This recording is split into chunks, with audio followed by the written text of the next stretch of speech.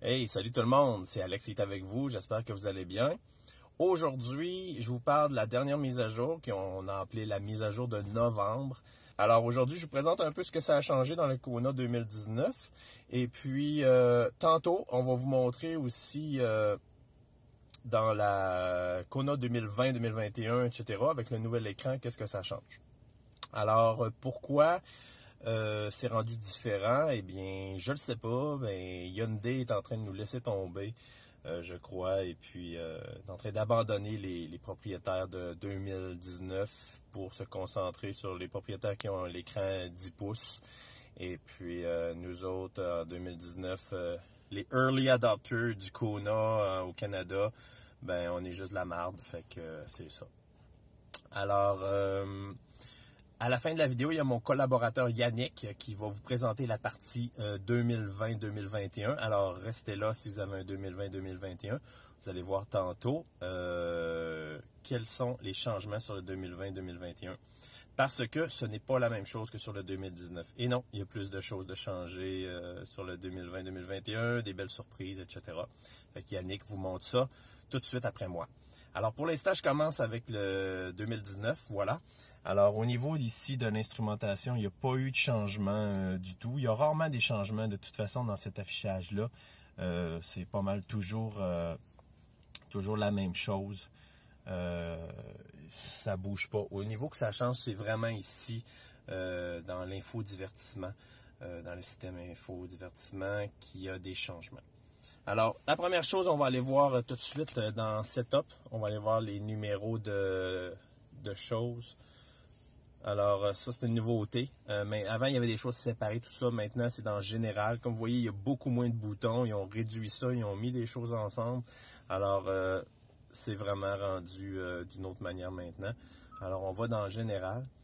Et puis, on voit toute l'information avant qui était séparée en plusieurs morceaux. Là, maintenant, on la voit tout au même endroit. Fait que vous voyez que j'ai fait ma mise à jour le 28 novembre dernier. Alors, la version, bon, le modèle, bon, version du logiciel. Version du logiciel est ici. En passant, pendant que je suis là, vous voyez ici là, le modèle. C'est pas clair ici, là, mais la différence entre les 2019 et les 2020, puis et 21 aussi, etc., ceux avec l'écran 10 pouces, c'est au niveau de... C'est juste l'écran, parce qu'en réalité, quand on regarde les numéros de Hyundai, c'est un système de 5e génération. Et celui des 2020, 21, etc., c'est un système de 5e génération W. W pour widescreen, tout simplement, l'écran rectangle encore plus étendu. Alors, c'est vraiment deux choses de 5e génération et c'est pour ça que je pense qu'il aurait pu se forcer de derrière un peu, puis respecter les early adopters comme les gens qui ont acheté des 2019 en Amérique. Et puis, il aurait pu nous donner des mises à jour identiques. Tu sais, suivre le pas, je pense que c'était faisable. C'est vraiment un manque de respect total de Hyundai dans ce cas-là. Alors, on y va avec les numéros ici. Version du logiciel. Comme vous voyez, on est rendu à la version 120, V120. On était à 115 avant. Fait que ça, c'est l'évolution de ça. Version du micro-logiciel, on était à 292. On est rendu à 293. Version de l'application de navigation, on était à 316, puis là, on est rendu à 201,012. Alors, voici, c'est ça. Et finalement, il y a la version de l'appli navigation. Ouais, micro-logiciel, ici, ouais, appli navigation. J'ai étudié micro-logiciel, ouais, appli navigation. Et finalement, la version de la carte, on est passé de 13.47.44 à 13.47.50. Donc, une petite évolution de la carte très, très, très minime. Fait que c'est ça qu'il y a eu comme changement, vraiment, là, techniquement, là, les numéros que vous pouvez voir dans votre véhicule. Si on finit cet écran-là, tant qu'à être là, information du système, ça n'a pas changé, c'est le stockage, nos données, on peut faire une exportation, rien de changé, date et heure, rien de changé, la langue, rien de changé, clavier, rien de changé, médias, rien de changé, je crois, je ne me souviens pas d'avoir vu ça, mais...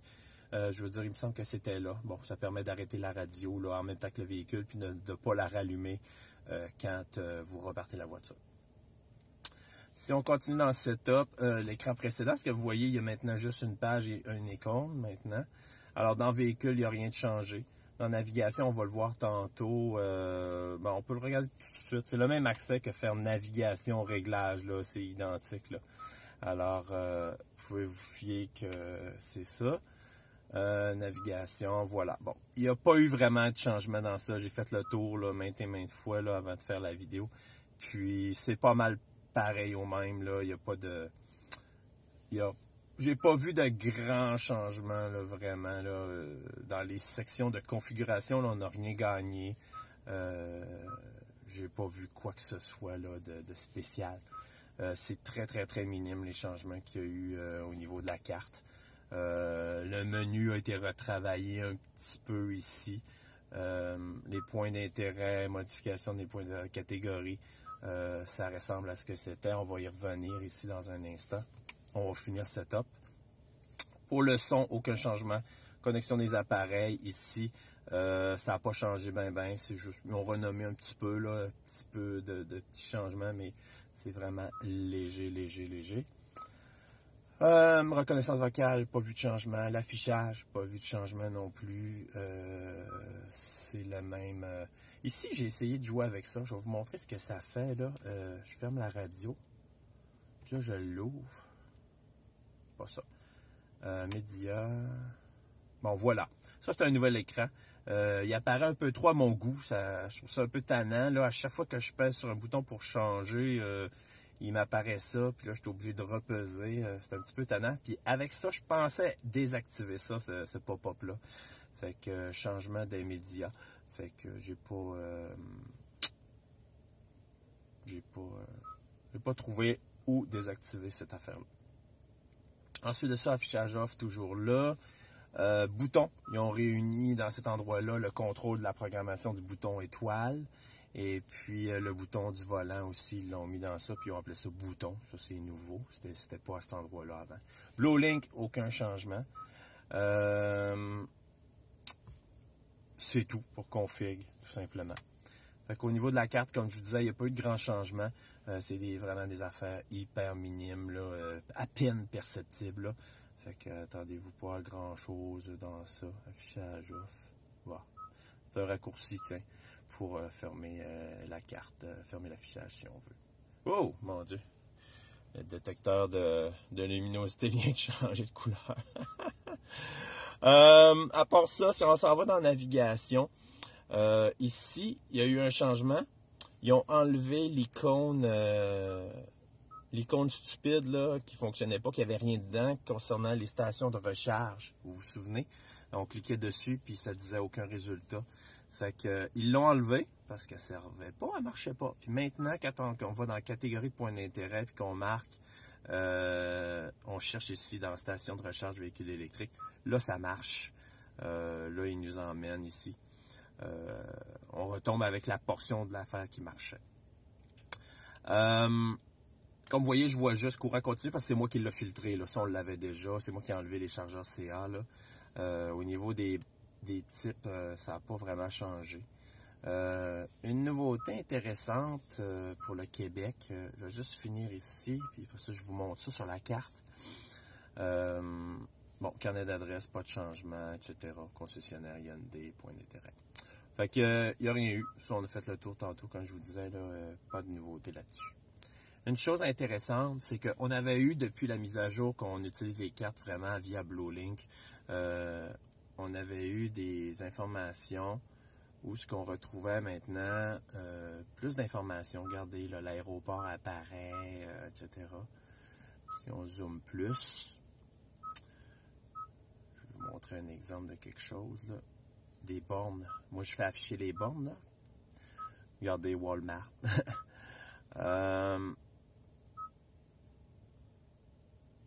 Normalement, on voit les bornes. Moi, 2 petites secondes. Genre, quand je veux pas. Voilà. Bon, ça, c'était une petite nouveauté. En fait, on les avait déjà. Bon, le logo pour la borne a un petit peu changé, tout ça. Ce qui est tannant, c'est que cette information-là n'est pas la même que tantôt quand on recherche des bornes. Fait que mettez-vous à la place de quelqu'un qui voyage puis qui cherche une borne. Il ne peut pas faire la recherche à travers point d'intérêt. C'est pas la même chose, c'est 2 choses différentes. ce répertoire-là, il provient d'ailleurs, puis il n'est pas cherchable. Fait que vous allez me dire, c'est donc bien débile. Oui, vous avez raison, c'est complètement débile. Mais dites-vous que si vous roulez, puis ce que vous voyez sur la carte, c'est pas mal, c'est assez juste. Là, la autre nouveauté, regardez, vous connaissez le réseau Flow au Canada, au Québec? Alors, le réseau Flow apparaît maintenant avec son petit logo à lui. Fait que ça, j'ai trouvé ça bien intéressant. Fait que je trouve ça le fun pour Flow de se dire, OK, fait que si on avait circuit électrique aussi, là, hey, ça serait-tu pas fantastique? Mais bon, pour l'instant, il l'a pas. On ne sait pas quand est-ce que ça va arriver. Mais pour l'instant, ça progresse. Flow apparaît. Là, vous allez me dire, ouais, Alex, donc je peux rechercher Flow. Non, vous ne pouvez pas. Comme je vous dis, quand on va dans la navigation, dans le point d'intérêt ici, ça apparaît pas, il n'y a rien d'écrit. Il y a toujours ChargePoint qui est là, puis c'est tout. Même si Flow est sur la carte, dans le répertoire ici, on dirait que c'est deux choses complètement différentes. On ne le voit pas. Celles qu'on voit qui sont fonctionnelles ici, c'est-à-dire avec le statut, là, c'est des ChargePoint. C'est pour ça qu'ils sont là. En fait, c'est que dans le filtre, ici, là, regardez, Flow, il n'est pas là. S'il était là, ça fonctionnerait. Il se trouve encore dans une catégorie autre, etc. Mais j'ai trouvé un truc que je vous avais déjà parlé dans une autre vidéo, puis vous vous en souvenez certainement, c'est de faire une recherche. Ici, vous écrivez juste Flow, parce que c'est ce qu'on cherche. Là, je me suis aperçu aussi qu'il s'améliore, parce que je l'ai déjà cherché, puis il apparaît, mais au début, il apparaissait pas. Fait que là, je cherche Flow. Boum! Toutes les bornes de recharge sont là. Toutes les flots. Regardez, en ordre de distance, là. Fait que ça, regardez, ça provient du même système. Comprenez? Cette source-là, c'est BlueLink, et puis cette recherche-là, elle est faite par BlueLink aussi. Mais dès qu'on arrive dans le véhicule, puis qu'on se connecte, je ne sais pas trop où, ça marche pas. Fait que c'est ça. Fait que c'est quand même pas si pire, là. On s'améliore tranquillement, lentement, sûrement. D'après moi, dans 25 ans, on va avoir quelque chose de pas pire. C'est ça.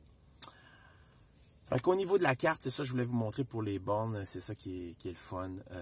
Qui est le fun. Je veux dire, on pourrait se débrouiller, on roule quelque part, puis on dit, bon, on va regarder sur la carte où sont les bornes les plus proches, puis on va essayer de se débrouiller avec ça. Puis on va essayer de faire ce qu'il faut pour se recharger. C'est mieux que rien du tout, je pense, d'être mal pris totalement. Là, pour ceux qui n'ont pas de téléphone cellulaire, puis ceux qui veulent profiter comme moi de leur système pour lequel ils ont payé pour.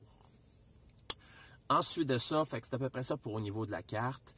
Au niveau des médias, je vous l'ai montré, l'espèce de pop-up que je trouve un peu désagréable, là, que je veux pas. Tu sais, j'ai pesé là, je voudrais pouvoir aller en cycle directement où je veux me rendre dans les choses. Ensuite de ça, pour le menu principal ici, pas de grands changements non plus. Service de données, rien de changé, etc. Vous allez voir tantôt dans 2020-2021, vous avez gagné la météo via BlueLink. Et puis, je suis vraiment fâché de ne pas l'avoir ici. Dans le 2019, j'ai écrit à Hyundai. Je vous en reparlerai dans une autre vidéo là-dessus. Vous allez voir, c'est assez hilarant, les réponses qu'ils m'ont données. Puis, c'est ça. Fait que nous, on ne l'a pas en 2019. En 2020, vous avez maintenant la météo via BlueLink qui vous est fournie par Foreca. Puis, je suis certain qu'Yannick va vous le montrer dans son vidéo après. Très le fun. Moi, je tripe tout ce qui est bébelle, hein, fait que si j'avais pu avoir la météo, j'aurais aimé ça.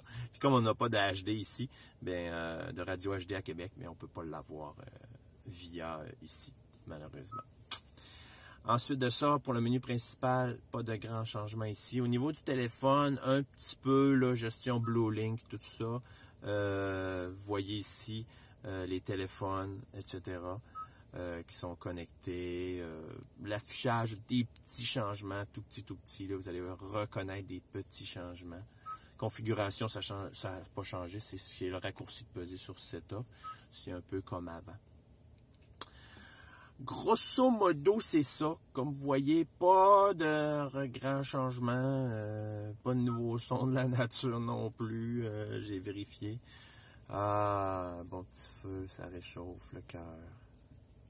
Je trouve toujours stupide qu'on ait tous les menus. J'aimerais ça que ça devienne un peu plus... qu'on voit plus l'image en arrière, qu'il n'y ait pas l'espèce de barre de progression, puis d'avancer, reculer dans le milieu. Là. Je trouve ça plate. Là. Fait que... Pas de changement ici. C'est les mêmes qu'il y avait, pas plus, pas moins. Ils n'ont pas touché à ça du tout. Au niveau de la radio, les changements sont cosmétiques ici. C'est un peu dans l'affichage que ça a changé un petit peu. Quand on appuie sur radio ici et qu'on s'en va ici, regardez, ça a changé un peu la disposition des choses.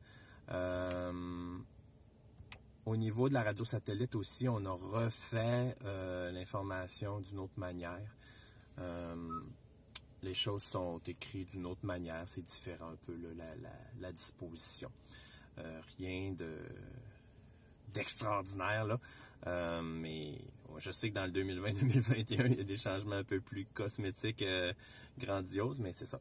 Vous allez voir ça dans la vidéo de Yannick à la fin de ma portion 2019 pour les 2020-2021. Fait qu'au niveau du radio, c'est ça le changement qui a été apporté là, dans l'affichage. C'est tout. Je vais vous laisser là-dessus. Je passe la parole à Yannick et avec sa vidéo tout de suite pour qu'il vous montre tout de suite au niveau du 2020-2021 avec l'écran de génération 5W pour wide pour vous montrer qu'est-ce qu'il y a de nouveau. Et puis au niveau du 2019, c'est à peu près tout. C'est à peu près tout. Alors, voilà, c'est Alex qui vous dit merci d'avoir regardé. Puis je passe la parole à Yannick, à toi. Bonjour amis québécois, français puis belges. Merci pour cette deuxième partie là, de la mise à jour 14.10 pour nos Kona, disponible depuis le 23 novembre. L'écran, le multimédia. Dans les Kona Ultimate, là, ils nous ont mis un écran de 5e génération W pour wide, pour grand écran. Donc dans ce cas-ci, c'est 11.25 pouces. La mise à jour se fait via une clé USB. Dans le port USB que vous connectez votre téléphone intelligent, le port USB là, dans la console centrale. Première nouveauté, c'est l'écran d'accueil comme vous voyez présentement. Vous avez accès à des utilisateurs maintenant. On peut changer d'utilisateur. On peut paramétrer les utilisateurs. Pourquoi faire ça? Ça permet de personnaliser nos postes de radio, nos carnets de téléphone, nos modes de conduite. Bref, personnaliser l'écran, le multimédia en fonction du conducteur. Puis une des options là, qui peut être intéressante, c'est qu'en fonction de l'utilisateur, la priorité de connexion du téléphone Bluetooth va être donnée à cette personne-là. Donc, Yannick, mon téléphone de Yannick va se connecter en premier, même si ma conjointe est dans la voiture avec son téléphone. Vous avez l'heure, vous avez aussi le GPS. Vous n'allez pas voir de nom de rue apparaître, mais vous allez avoir le GPS en live. Le multimédia ici. Si vous écoutez une chanson, vous allez voir la barre de progression, le Cirrus, le Bluetooth, tout fonctionne ici. Et vous avez le météo. La météo, c'est fourni là, par BlueLink. Vous avez même la tendance là, pour les prochains jours. Ensuite, autre observation, les icônes ont changé. On est dans les icônes dans les teintes de bleu. Je fais Eevee. J'aimerais vous le montrer, mais je ne pourrais pas parce que je suis sur une recharge, là, mais l'affichage de consommation, les couleurs ont changé. Au lieu du orange, rouge, jaune avant, là, on est plus dans les bleus pâles, roses et tout. Je ne suis pas un grand utilisateur des cartes du GPS built-in intégré du multimédia. J'utilise plutôt CarPlay avec mon téléphone, mais dans les cartes, maintenant vous avez l'affichage en 3 dimensions et vous avez aussi, dans le fond, vous avez, je vais essayer de vous le montrer, la couleur des cartes, vous avez la couleur lait, café latte et mocha. Puis dans l'affichage des cartes, là, comme je l'ai dit, vous avez maintenant 3 des cartes.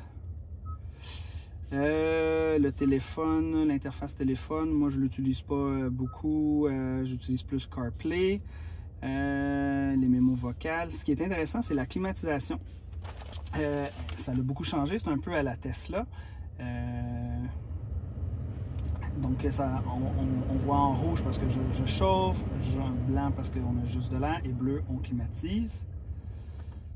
Et si je change les endroits que l'air sort, vous voyez en face avec les pieds, juste le windshield.